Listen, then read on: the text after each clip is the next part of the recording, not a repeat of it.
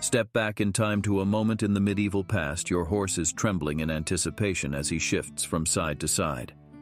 Focusing your breath and mind is the only thing you can do in this moment. The physical preparation has been done. The years of swordsman and battle skills have honed your explosive reaction times. The weight of the joust in your hand allows you to visualize the exact angle and second you need to make your strike.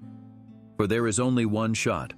1 second of hesitation will see you on the ground in front of the woman you so desperately want.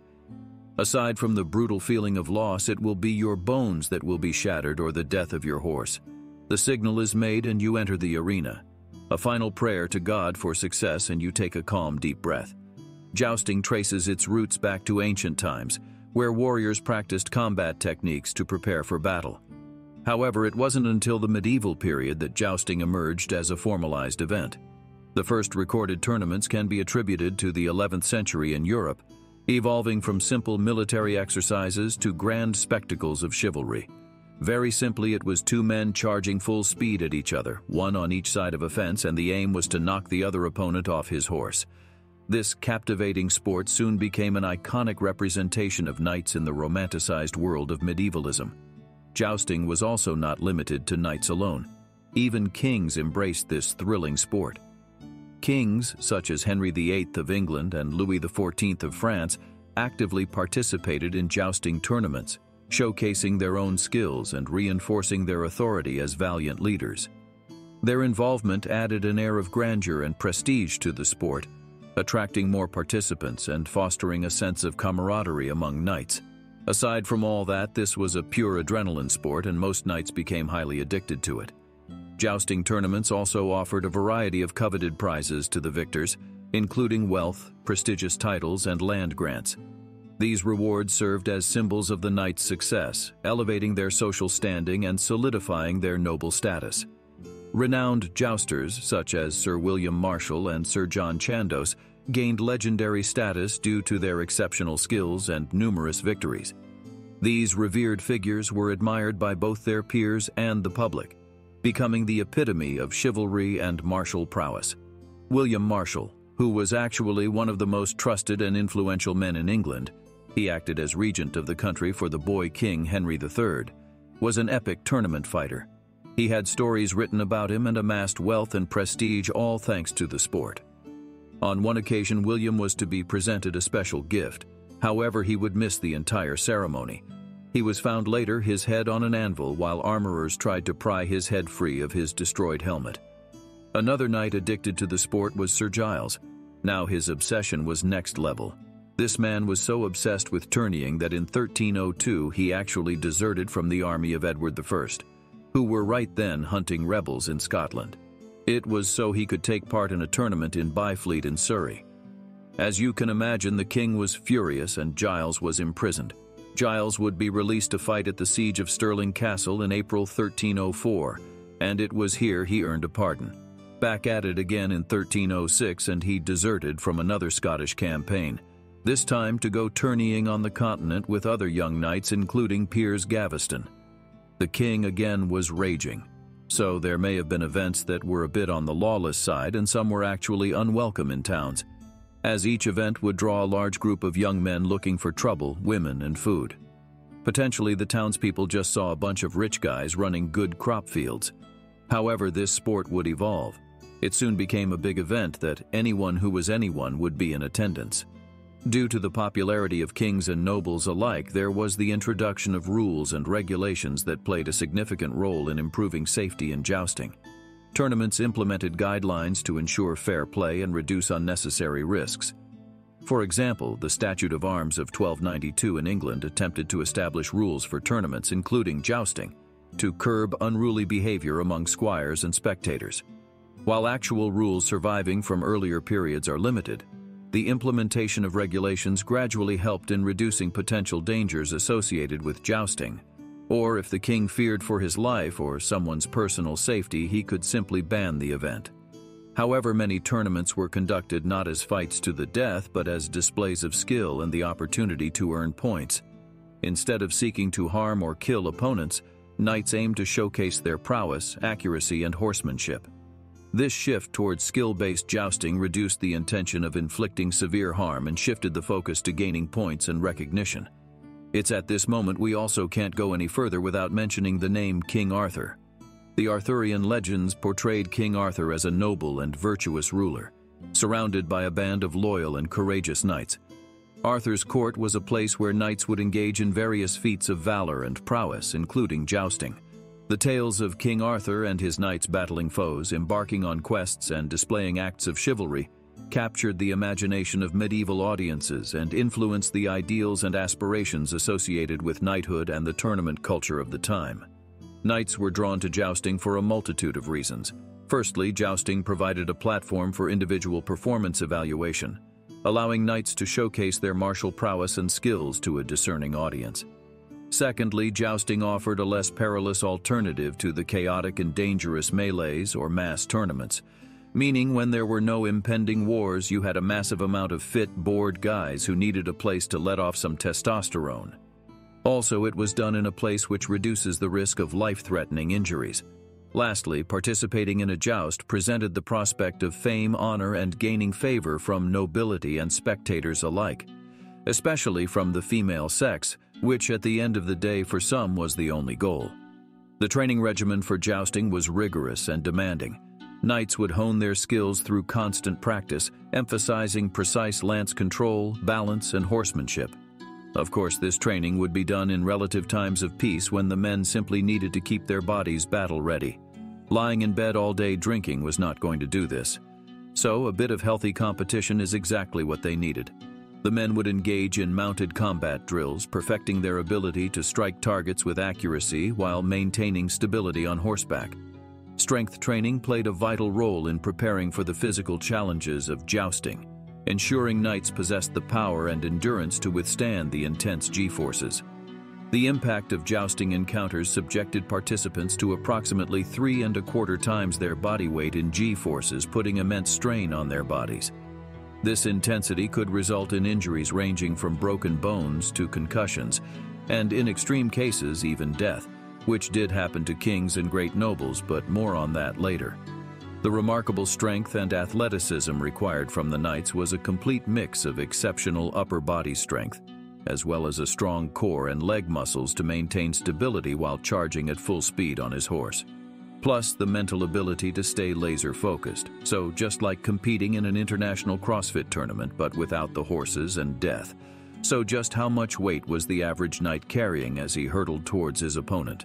The jousting lance was typically made of wood, specifically ash or oak. These types of wood were chosen for their strength and durability.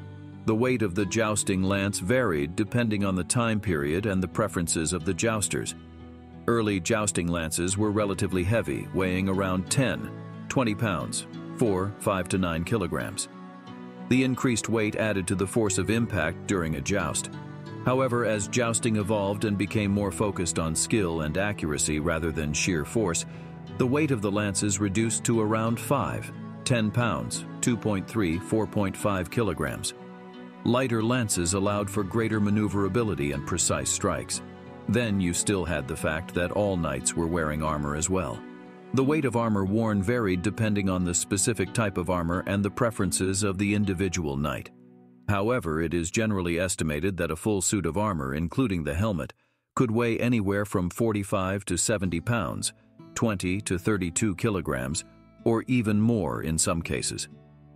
A suit of armor consisted of several components, including a helmet, cuirass, chest and backplate, pauldrons, shoulder armor, vambraces, arm armor, gauntlets, hand armor, tassets, thigh armor, greaves, leg armor, and sabatons, foot armor. Each piece of armor was made from various materials such as steel, leather, and chainmail, and they were layered together to provide protection. The weight of armor was distributed across the body to minimize the strain on any particular area. However, wearing a full suit of armor for extended periods, such as during jousting tournaments, required significant physical strength and endurance. Some may have worn lighter armor, but this is just a guide. So after the weight of the muscular knight, his armor, his joust, we are looking at some strong, fearless horses they were riding. Overall, the physical condition of a knight in a jousting tournament was an example of physical perfection. If not, he would lose or die.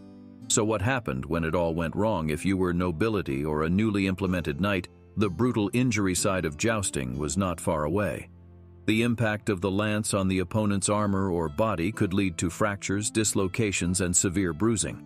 Furthermore, the collision between horses traveling at speeds of approximately 50 to 60 miles per hour, 80 to 96 kilometers per hour, created a high-risk environment where injuries were common. Broken bones, particularly in the arms and legs, were a frequent occurrence. Head injuries, including concussions, were also a significant risk, given the potential for direct hits to the head. So, who are some famous jousters that actually died? Records, as you can imagine, a bit scarce on the jousting results, but there are a few notable events recorded. Henry II of France, yes, King Henry II of France, tragically lost his life during a jousting tournament.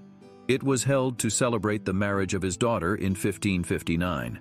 It was during a joust that a splintered lance pierced through his visor and entered his eye, causing a severe head injury that led to his death a few days later. Another example was William de Putten, who was killed during a tournament in Luton. Another incredibly violent tournament at Hartford in 1241 saw two men lose their lives, Gilbert Marshall and Robert de Say. Another interesting one was an actual assassination at a Croydon tournament in 1286. It was here Sir William de Warenne, son of the Earl of Surrey and Sussex, was ambushed and murdered. Despite efforts to enhance safety, such as the introduction of blunted lances and the use of protective armor, injuries were still prevalent. Accidents and mishaps could occur even with these precautions in place. Behind the dazzling spectacle of jousting tournaments, like many things in life, there is always a darker side lurking beneath the truth. Scandals and controversies occasionally marred the events, ranging from accusations of cheating to disputes over judges' decisions. Some unscrupulous knights resorted to hidden armor modifications or tampering with lances to gain an unfair advantage. Within their armor, they could subtly reinforce weak points or make adjustments that enhanced mobility. These hidden modifications allowed them to withstand impacts with greater resilience, giving them an edge over their opponents.